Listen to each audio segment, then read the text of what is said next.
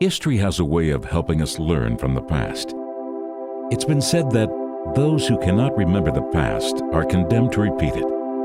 In the last century, the world has witnessed two major communist revolutions. One took place in China and the other in Russia. In both, the goal was to eradicate the church. In Russia, the church was built around cathedrals and priests. Christianity became centered on the meeting place and the teachers. When the government imprisoned these teachers and took away the church assets, congregations found themselves scrambling. They didn't know how to grow. They didn't know how to disciple. They had relied on others to grow and develop for them. Over time, the church became weak and slowly lost its impact in Russia. In China, the church also experienced great persecution under Mao Zedong. Leaders were imprisoned, and church buildings were seized. However, something different took place in China. Before the church experienced persecution, they had empowered their people. They invested in the lives of those who attended, not just the pastors, to embody and preach the gospel message. These everyday Christians knew how to share their faith. They knew how to disciple others, and they believed in investing in others. The church grew from 2 million to an estimated 80 million under this persecution.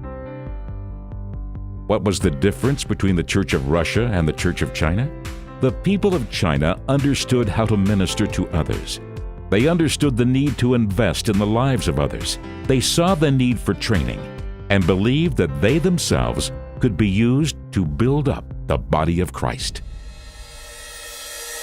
You know, as I reflect on stories like this, it leads me to ask the question, where would I be if the church dissolved? Where would you be if the church dissolved today? Would we be more like the church in Russia that tended to fall apart, or would we be more like the church in China that tended to band together and invest in one another? Part of what we're wanting to do with this Invest series is offer a challenge to you at Crossroads.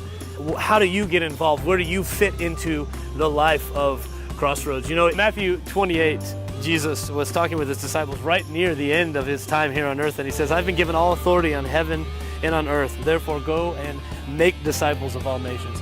What making disciples is about is investing in others. And so my challenge to you and us at Crossroads is one of entering into the lives of others. What would it look like for us within the body of Christ, within the body of Crossroads, to invest in other people, whether it be small group leaders, whether it be working with the children's ministry or youth ministry, whether it be just getting involved in the lives of people at Crossroads. What we want to do is we want to challenge you. How do we get involved at Crossroads? We want to give you the tools to be able to do that. And so we want to invite you on this journey